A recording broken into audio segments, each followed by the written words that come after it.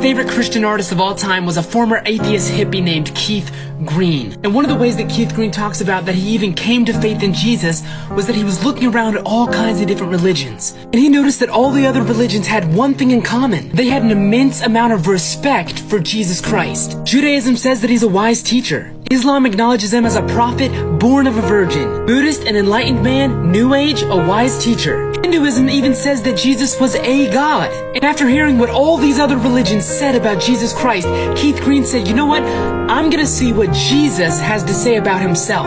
That's when he was confronted with Jesus' claim in John chapter 14, verse 6. Jesus says, I am the way, the truth, and the life. No one comes to the Father except through me. And he said, I better follow Jesus, because while so many people say that he is a way, he says he's the only way. Something can't be true and not true at the same time. Muslims claim that Jesus never died, but Christians claim that he did in fact die. One of those is true and one of those is false. If we look at the first century, both Christian and non-Christian sources affirm that Jesus was in fact crucified. Based on these early sources and based off what we know about crucifixion, there's no good reason to conclude that Jesus didn't die by crucifixion based off of the historical evidence. So why do Muslims claim that Jesus didn't die? Well, it's because the Quran, their holy book written 600 years later, says that he didn't die.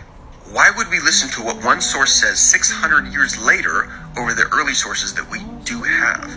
Now, a Muslim might say we can't trust the Bible or that the Gospels got it wrong in some way, but even with that, we still have the non-Christian sources which clearly communicate that Jesus was crucified and most likely died. That's the reasonable conclusion. So what's one reason I'm not a Muslim? Because I think the evidence shows us that Jesus died. First question, does truth exist? Obviously, you hear people say all the time, there is no truth, or you got your truth, I got my truth, all truth is relative. When somebody says there is no truth, you ought to say, is that true? Is it true that there's no truth? Because if it's true that there's no truth, that's a self-defeating claim. Of course there's truth. If there was no truth, an atheist couldn't be right that there was no God.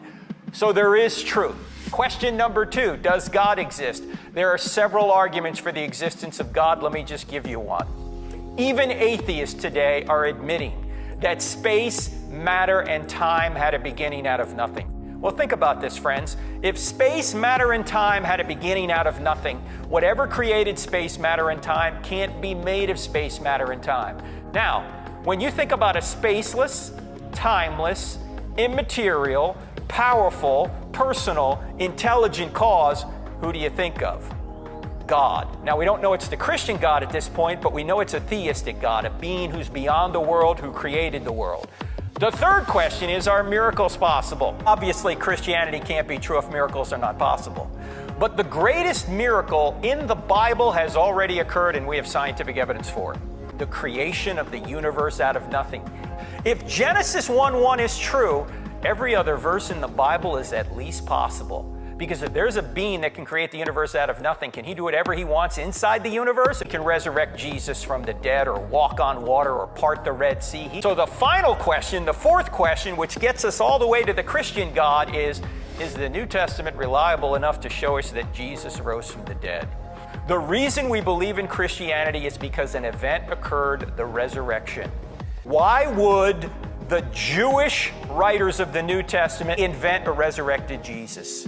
Why would they say that a man who claimed to be God rose from the dead if it didn't happen? They thought that would be blasphemy for a man to claim to be God. And why would they invent a resurrected Jesus? They already thought they were God's chosen people. They had no motive to invent a resurrected Jesus. And certainly they could not have invented it in Jerusalem, where an empty tomb existed. In other words, ladies and gentlemen, the New Testament writers did not create the resurrection. The resurrection created the New Testament writers. Even if the New Testament never existed, Christianity would still be true, because Christianity is based on an event, the resurrection. Do you realize there were thousands of Christians before a line in the New Testament was ever written? Because an event occurred, the resurrection. You have to have more faith to believe it didn't occur than it did. And if God exists, and he does, and can create the universe out of nothing, then he can certainly resurrect Jesus from the dead. That's why we believe in Christianity. Here's what they say about Jesus. Let's take a quick look. Islam. They believe Jesus is a sinless, virgin-born, miracle-working prophet and wise teacher who was not God. And Jesus is actually going to come back and judge. It doesn't say that of any of those things about Muhammad. Hindus believe that Jesus was a holy man, a wise teacher, and a god. How about Buddhists? He's a holy man, an enlightened man, and a wise teacher. How about Baha'i? They affirm some of the Christian view of Jesus, but Jesus is just one prophet among many religions that progressively reveal the truth.